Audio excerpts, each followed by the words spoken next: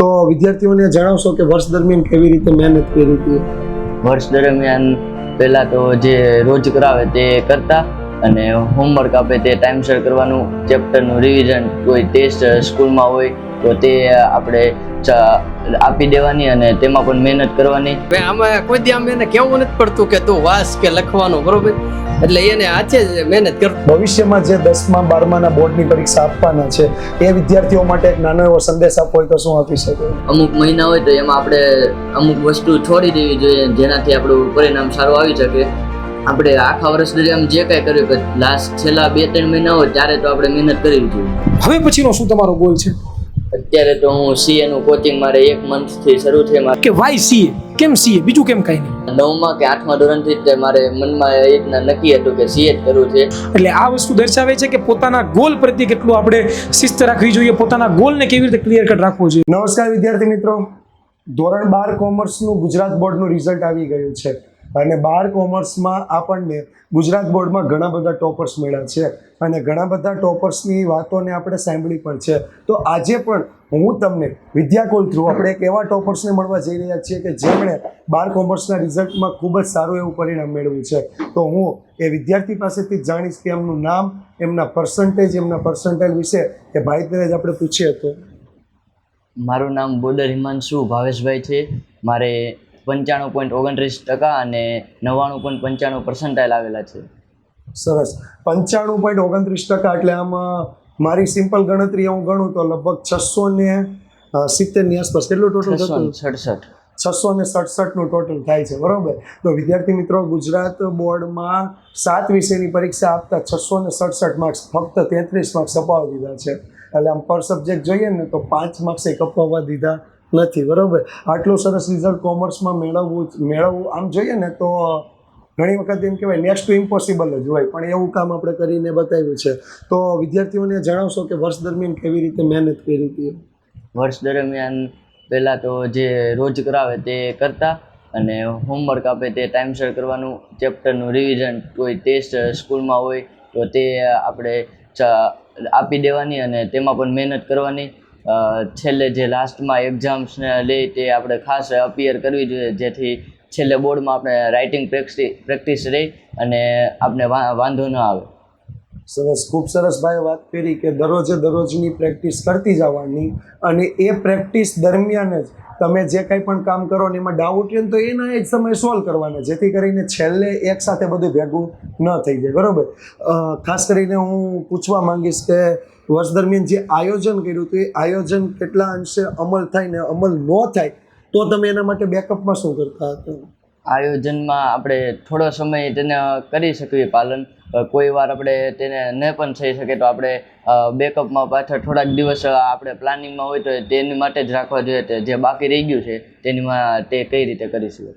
ખાસ વિદ્યાર્થી મિત્રો, આ પૂછવાનું કારણ એવું, ઘણી વખત છે ને આપણે 30 દિવસ, 15 દિવસ, 10 દિવસનું આયોજન કરી નાખીએ પણ 10 દિવસ આપણે કન્ટિન્યુ વર્ક ન કરી શકીએ. એકાદ દિવસ એવો આવે આપણે બીમાર થઈ જઈએ, આપણું કંઈક અચાનક કોઈ એવું ફેમિલીમાં પ્રસંગ બની જાય કે જ્યાં પણ આપણે જવું પડે એવું થઈ જાય, તો એ એક દિવસનો લોસ આપણે પાછળથી કવર કેવી રીતે કરી શકીએ એ જાણવાની જરૂર હતી. બીજું, આપણે ભાઈ પાસેથી જાણવા માંગીએ કે જે એ લોકો વિદ્યાકુલ સાથે કઈ રીતે જોડાણા અથવા વિદ્યાકુલની એમને જાણ કેવી રીતે થઈ? મને વિદ્યાકુલની જાણ મારા મિત્રો દ્વારા થઈ હતી. તેના જે વિડીયો આવતા, શોર્ટ વિડીયોઝને તે મને મોકલતા અમુક ક્વેશ્ચનના એના, તો તેના દ્વારા મને જાણ થઈ હતી. તો વિદ્યાકુલની જાણ એમણે મિત્રો પાસેથી મળી હતી અને મિત્રોએ પણ, હું ઘણી વખત છે ને લાઈવ લેક્ચર્સમાં ઘણી વખત કહેતો હોય કે આપણે અત્યારે છે ને ઘણી વખત આપણા જે વડીલો હતા ને એવું કહેતા કે કોઈને પાણી પાવ તો પુણ્ય મળે, કોઈને જમાડો તો પુણ્ય મળે, પણ આ જમાનામાં એવું છે કે કોઈને સારી વસ્તુ પણ જો આપો ને એ પણ એક પુણ્યનું કામ છે. અત્યારે ભાઈના શબ્દો ખાલી સાંભળો કે મારા મિત્રો દ્વારા જાણતી હતી, એમને જેણે રીલ્સ મોકલી હશે, જેણે એક શોર્ટ્સ વિડીયો મોકલ્યો હશે ને, ભાઈ એને યાદ કર્યા કે નહીં આના દ્વારા મને અહીંયા ફાયદો થયો એમ. તો ખરેખર એમણે સ્મૃતિ લઈ ગયા કે આ મિત્રએ મને આ શોર્ટ્સ મોકલ્યો હતો એના દ્વારા ફાયદો થયો, એટલે ખરેખર એમને પણ આપણે યાદ કરીએ છીએ. તો આ જે વિદ્યાકુલથી તમે જોડાણા તો એનો તમને કેવી રીતે ઉપયોગ કર્યો અને કેવો ફાયદો થયો? વિદ્યાકુલમાં જે MCQ અને તે સોલ્વ થતા તે મને ખૂબ ફાયદાકારક રહ્યા. તે એક્ઝામમાં MCQ આવતા તે મારા મોટાભાગના MCQ તેમાંથી સોલ્વ થઈ જતા અને જાણ થઈ જતી. એટલે જે વિડીયો આવતા એ વિડીયોમાં MCQ SQ હેતુલક્ષી ટૂંકમાં જે કાંઈ પણ હતું, કારણ કે આ વખતેની પેપર પેટર્નમાં હેતુલક્ષીને પણ વધારો આપ્યો હતો, તો એ હેતુલક્ષીનો પૂરેપૂરો ત્યાંથી તમે ઉપયોગ કર્યો હતો. ખાસ કરીને પરીક્ષા દરમિયાન વિદ્યાકુલ સાથે તમે જોડાયેલા હતા, તો એ દરમિયાન તમને પરીક્ષાના દિવસોમાં વિદ્યાકુલ કેવી રીતે મદદ થઈ?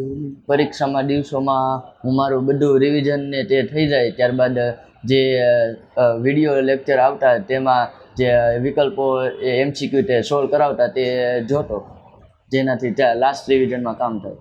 એટલે એની વાત પરથી આપણે એક વાત કરીએ ને કે પહેલાં એક વખતે પોતાની જાતે રિવિઝન કરી લે, પછી લાઈવ લેક્ચર એટેન્ડ ન થાય તો રેકોર્ડેડ લેક્ચરમાં જોઈ લે કે મેં જે રિવાઇઝ કર્યું છે ને એ સરના વિડીયોમાં કઈ રીતનું છે, તો એના દ્વારા એ પોતાના રિવિઝનને એમ કહેવાય વધુ મજબૂત કરે, અને એનું જ પરિણામ છે કે આજે 667 માર્ક્સ સુધી આપણે પહોંચી શકાય. કારણ કે એક વખત એક દિશામાં મહેનત કરવાથી કંઈ ન થાય, દિશાની સાથે પ્રેરક બળ પણ મળતું હોય. ઘણી વખત એવું થતું હોય કે આગળથી આપણને થોડુંક એમ પીઠબળ પણ મળવું જોઈએ કે મારે આજે મેં મહેનત કરી છે યોગ્ય દિશામાં છે કે નહીં, તો એના માટે એણે વિદ્યાકુલનો પણ સહારો લીધો.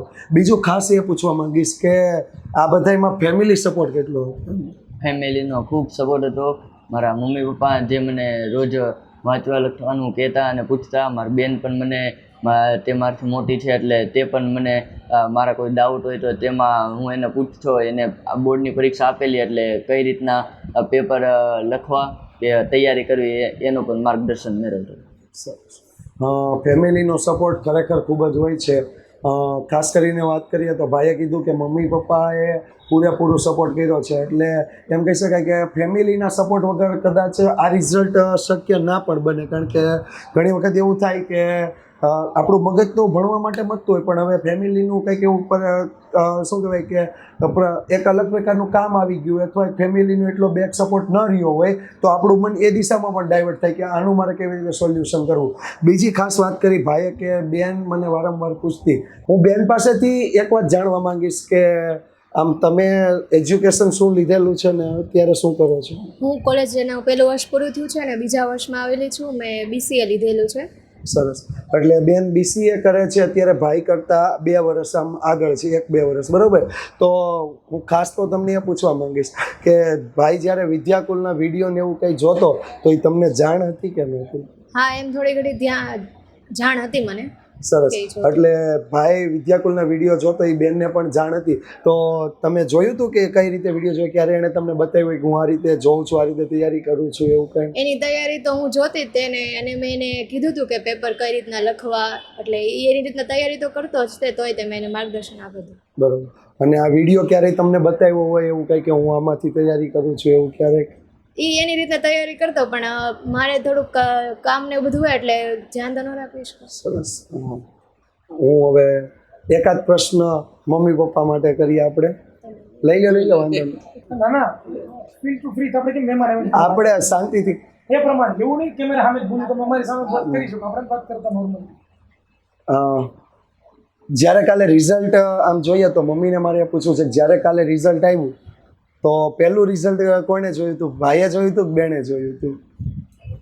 રિઝલ્ટ તો ભાઈ અને બેનને મોકલ્યો છે, મને કઈ ખબર નહોતી ફોન કરીને. તમને ક્યારે ખબર પડી કે આટલા 95% પ્લસ છે એમ? દીદી જોબ ઉપર જાય છે ત્યાંથી સ્ક્રીનશોટ પાડીને મોકલે કે મમ્મી જો મોકલું તું જોઈ લે એમ. સરસ. તો તમારું પહેલું રિએક્શન કેટલું હતું? રખ જ હોય ને, અત્યારે આમ જોઈએ ને તો એને જે પ્રાઉડ હોય જ ને છોકરાના રિઝલ્ટ ને કે આતુરતાથી વાત જોતા. પ્રાઉડ જે ફીલ થાય છે ને અત્યારે એના ચહેરા પર પણ દેખાય કે કેટલી ખુશી હતી કે 95% પ્લસ એમ કહી શકાય કે ગુજરાત બોર્ડમાં જે રિઝલ્ટ મેં જોયું. ટકા છે, હા, PR નથી, ટકા છે. સરસ. આશા એવી કેટલીક હતી કે કેટલા સુધી પહોંચશે એવું કાંઈ મગજમાં પરીક્ષા આપી હોય અને તૈયારી કરી એ પ્રમાણે કેટલાક સુધીની આશા રાખી હતી? આશા તો મોટી જ હતી, પણ તોય થોડાક ગુજરાતીનું એને કેવરાઈ દીધું, નકર તો હજી થોડાક વધત એમ. તોય હજી એને ગુજરાતી કહેશે ખોલાવાનું પેપર. સરસ. પપ્પાને આપણને ખૂબ સરસ એવું ભાઈએ રિઝલ્ટ મેળવ્યું છે, બરોબર? ખાસ કરીને આપણે એમ જોઈએ ને તો એ ભારતની આપણી જે પેટર્ન છે કે ફાધર મોટા ભાગે કામ ઉપર આખો દિવસ બીજી હોય અને એના સન કે જે કાંઈ પણ ડોટર હોય એ ખાસ કરીને અભ્યાસ કરતા હોય તો તમને જ્યારે આ રિઝલ્ટની ખબર પડી તો તમારામાં કેટલો ઉત્સાહ આવી ગયો કે નહીં જે મેં મહેનત કરી છે આ બાળકો પાછળ એ ખરેખર આમ સિદ્ધ થઈ રહી છે એવું? મહેનત તો બહુ કરી છે અને મેં આમાં કોઈ દી આમ એને કહેવું નથી પડતું કે તું વાંચ કે લખવાનું, બરોબર, એટલે એને આચે જ મહેનત કરતો હોય. પણ આમ તમારો ઉત્સાહ તો વધી ગયો હશે ને કે જે હા, હું એવું મહેનત ઉત્સાહ- કરું છું એ અત્યારે લેખે ના જાય છે. ના ઉત્સાહ વધી ગયો ને. અમે તો 7 ધોરણ અમે ભણેલા છે એટલે આગળ 11 ભણી, હું તો 7 જ ભણેલો. સમજો? એવું સરસ. છે. આમ જો વિદ્યાર્થી મિત્રોને ખાસ કહેવા માંગીશ કે 7 ધોરણ ભણેલા પિતા અત્યારે એની જે કાંઈ પણ જોબ ડ્યુટી જે કાંઈ પણ આવે છે એ સર્વિસ દ્વારા એમણે એક સપનું લીધું છે કે હું બંને ભાઈ બહેનને ભણાવીશ અને એના માટે જ મહેનત કરી. અને જ્યારે આવું રિઝલ્ટ આવે ને ત્યારે પપ્પાને ખરેખર એમ ઉત્સાહ વધી જાય કે એને કદાચ આખા દિવસ પર થાક હોય ને તો એ ઉતરી જાય કે આજે કાંઈ થાક નથી એમ. બરોબર છે. આમ તો ઘણા બધા સવાલ છે હાર્દિક સરે કર્યા છે, પણ મને જ્યારે સાહેબ આ વાત કરતા હતા હમણાં કે એમના પપ્પાને એનો મોઢા ઉપર એને તમે જુઓ તો એટલો ઉત્સાહ આપણે જોઈએ ને કે આપણને લાગે કે હોય પપ્પા આટલો બધો પ્રેમ. આમ તો યુઝ્યુઅલી આમ જોવા જઈએ ને તો પપ્પા કોઈ દી પ્રેમ દર્શાવતા નથી હોતા, થોડાક એને કડક સ્વભાવ એનું વર્તણૂક હોય છે. મારા ફેમિલીની વાત કરું તો મારા પપ્પા કોઈ દી પ્રેમ દર્શાવે નહીં કે બટા અહીંયા આવ તને વાલ કરું. મમ્મી હોય તો કે હા બેટા બહુ સરસ કામ કર્યું, આમ કર્યું, બહુ સરસ કામ કર્યું. તો મારે તમને એક સવાલ પૂછવો છે કે તમે આટલો રાજીપો તો તમને પ્રાપ્ત કરાવ્યો જ છે તમારા બાળકે, તો તમે તમારા બાળકને તમે અહીંયા જોવો છો કે નહીં આજે મારું બાળક છે, મારા પરિવારમાં પણ વાહ થતી છે તમારા બાળકની કે જો આ ભાઈનો છોકરો 95% લાવ્યો છે, ટકા લાવ્યો છે. તો આ બધી વસ્તુ સાથે તમને અંદરથી આમ ઉત્સાહ કેવો આવે છે, કેવો છે? ઉત્સાહ તો હોય જ ને મારે.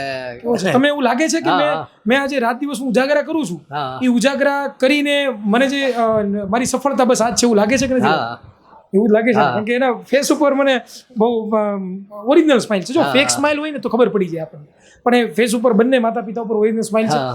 બીજું મારે હવે ભાઈને સવાલ પૂછવો છે, એમને માઇક આપશો જરાક. સવાલ એ છે કે તમે આટલું બધું બહુ સારું પરિણામ લાવ્યા છો, ઓબ્વિયસ મહેનત કરી છે, રાતથી ઉજાગરા કર્યા છે, તમે ટાઈમ ટેબલ બનાવ્યું છે, ઘણું બધું કર્યું છે, પણ એક સવાલ મારો એવો છે કે આ બધું કરવાનો સ્ત્રોત કોણ, પ્રેરણા સ્ત્રોત કોણ?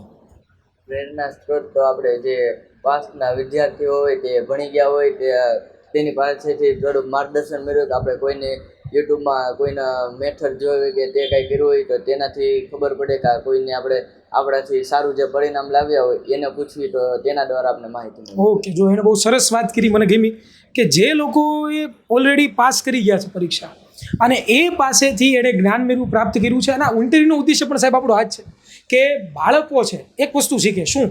તો કે અત્યારે જે ઇન્ટરવ્યૂ લેવામાં આવે છે, જે અત્યારે તમે લોકો જોઈ રહ્યા છો, શીખો, જાણો કે કેવી રીતે બાળકો મહેનત કરે છે અને એનાથી રિઝલ્ટ મળે છે.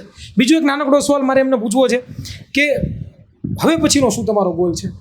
અત્યારે તો હું સીએનું કોચિંગ મારે 1 મંથથી શરૂ છે. મારે વેકેશન માત્ર 6 દિવસનું જ હતું, ત્યાં મારે પરીક્ષા પૂરી થઈ અને 6 દિવસ પછી તે મારે ક્લાસીસ શરૂ થઈ ગયા. કે જો પરીક્ષા પૂરી 6 દિવસની અંદર સીએના ક્લાસીસ ચાલુ, એટલે આ વસ્તુ દર્શાવે છે કે પોતાના ગોલ પ્રત્યે કેટલું આપણે શિસ્ત રાખવી જોઈએ, પોતાના ગોલને કેવી રીતે ક્લિયર કટ રાખવો જોઈએ. બીજો મારો એક સવાલ એની ઉપર જ છે કે વાય સીએ, કેમ સીએ, બીજું કેમ કાંઈ નહીં? સીએ મારે પહેલેથી આ 9મા કે 8મા ધોરણથી જ મારે મનમાં એ રીતના નક્કી હતું કે સીએ જ કરવું છે, એટલે મેં 10 પછી એટલે જ મેં કોમર્સ ફિલ્ડ સિલેક્ટ કરી. ઓહો, જો લોંગ વિઝન. ટોપર હોય ને ટોપર, એ કોઈ મહાન વ્યક્તિઓ નથી હોતા. ટોપર હોય ને ટોપર, એ કંઈ અલગ નથી કરતા. એ જે કરે છે એ સિમ્પલ વસ્તુ કરે છે અને એ શું છે? Long vision. મેં તમને આની પહેલાં પણ વિડીયોમાં ઘણી વખત ટકોર કરી છે કે એક લોંગ વિઝન તમારું હોવું જોઈએ. એક એવો વિચાર હોવો જોઈએ કે નહીં કે મારે આજથી 5 વર્ષ પછી આ કરવું છે, એના માટે મારે અત્યારે શું કરવું પડશે, બરોબર? એના માટે મથવું પડશે, તમારે એના માટે જ મહેનત કરવી પડશે. તો જરૂરથી તમારું છે એ સારામાં સારું પરિણામ આવશે. હું ફરીવાર પાછું હાર્દિક સરને કમાન્ડ સોંપું છું અને પોતે આગળ દોર વધારશે.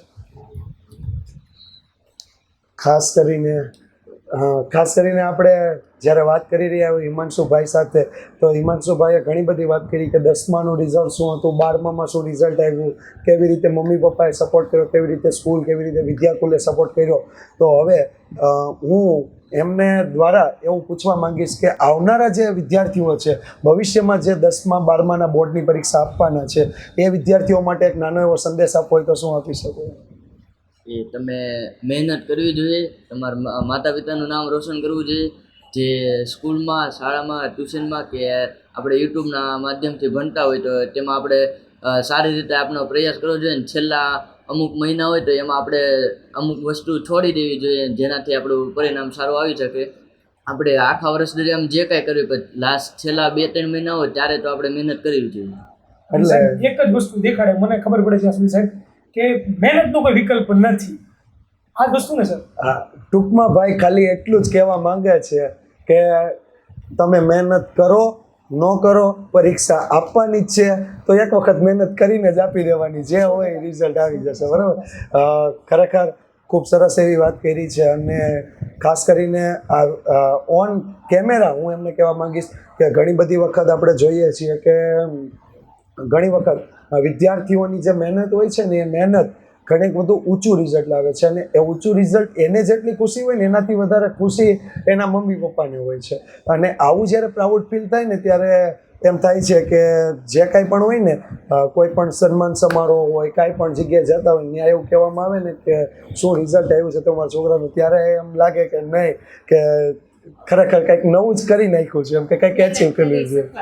હા, તો ખાસ કરીને વિદ્યાર્થી મિત્રો તમને જણાવવા માંગીશ કે આવા જ વિદ્યાર્થીઓને સન્માનવા માટે અમે આવનારા સમય એટલે આવતા એકાદ વીકમાં સુરતમાં એક સરસ મજાનો પ્રોગ્રામ કરવા માટે જઈ રહ્યા છીએ. તો હિમાંશુ, આપના પરિવારને આપને ત્યાં ફરીથી આમંત્રણ આપીએ છીએ અને સાથે સાથે આ વિડીયો જેટલા પણ વિદ્યાર્થી મિત્રો સુધી અમે પહોંચી રહ્યા છીએ એમને પણ આમંત્રણ આપીએ છીએ. હિમાંશુ જેવા ઘણા બધા ગુજરાતના ટોપર્સ ત્યાં ત્યારે હાજર રહેવાના છે.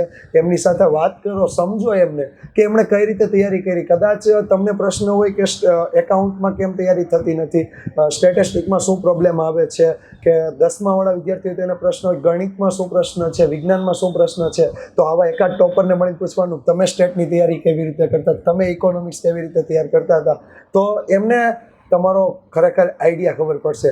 એક લાસ્ટ ક્વેશ્ચન સાથે હું તમને પૂછવા માંગીશ કે વિદ્યાકુલ સાથે તમે જોડાયા, ઘણા બધા વિષયમાં તમે વિડીયો જોયા પણ હશે, તો તમને કયા વિષયમાં મજા આવી, કયા સર સાથે વધારે મજા આવી? મેં તો લાસ્ટમાં MCQ એના બધા જોતો એટલે બહુ માહિતી તો નથી પણ છેલ્લા જે MCQ જોતા એમાં બધા મને કામમાં આવે છે અને બધા એમ તો સર મને ગમતા અને તે વિડીયો એના MCQના સારા હતા. સરસ. એણે બહુ સરસ એવી વાત કરી કે જે હેતુલક્ષી છે ને હેતુલક્ષીમાં એણે પૂરેપૂરો ભરોસો મૂકી દીધો હતો કે MCQ SQ અહીંયાથી આપણે કરીને જ જઈશું. બરાબર. ખૂબ સરસ. તો આપણે અત્યારે ભાઈ પાસેથી વિદાય લેવાનો સમય છે પણ જતાં જતાં વિદ્યાકુલ વતી, અમારી ટીમ વતી, અમારા પરિવાર વતી અમે એક એમને ખાસ ખાતરી આપતા જઈએ છીએ કે ભવિષ્યમાં જ્યારે પણ કોઈ પણ માર્ગદર્શન, કોઈ પણ સપોર્ટની જરૂર પડશે તો વિદ્યાકુલ તમારી સાથે છે. એની ટાઈમ તમે કોન્ટેક્ટ કરી શકો છો. બાકી જેમ કીધું એમ જ્યારે પણ વિદ્યાર્થી સન્માન સમારોહ આવે તો ચોક્કસથી તમે ત્યાં સહપરિવાર હાજરી આપશો. Thank you.